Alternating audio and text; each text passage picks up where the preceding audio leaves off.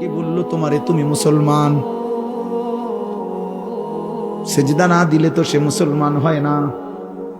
নবী সাল্লাল্লাহু আলাইহি সাল্লাম তো স্পষ্ট বলেছেন, বাইনার রাজুলি ওয়া বাইনাশ শিরকি ওয়াল কুফর তারকুস সালাহ। নবীজি বলছেন কোন ব্যক্তি মুশরিক না কাফের, এটা চিহ্নিত করার, পার্থক্য করার মাধ্যম হলো নামাজ পড়া বা না পড়া, পড়লে মুমিন, না পড়লে বেঈমান। মান তারাকা সালাতাম মুতাআম্মিদান ফাকাদ কাফারা, ফাকাদ কাফারা কাফারা কাফারা। নবী বলেন ইচ্ছে করে যে নামাজ ছেড়ে দিল সে কাফের হলো, কুফরি করলো।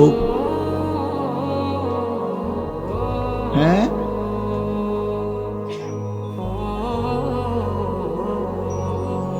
অতএব দয়া করে মেহেরবানি করে অভিভাবকদেরকেও বলি,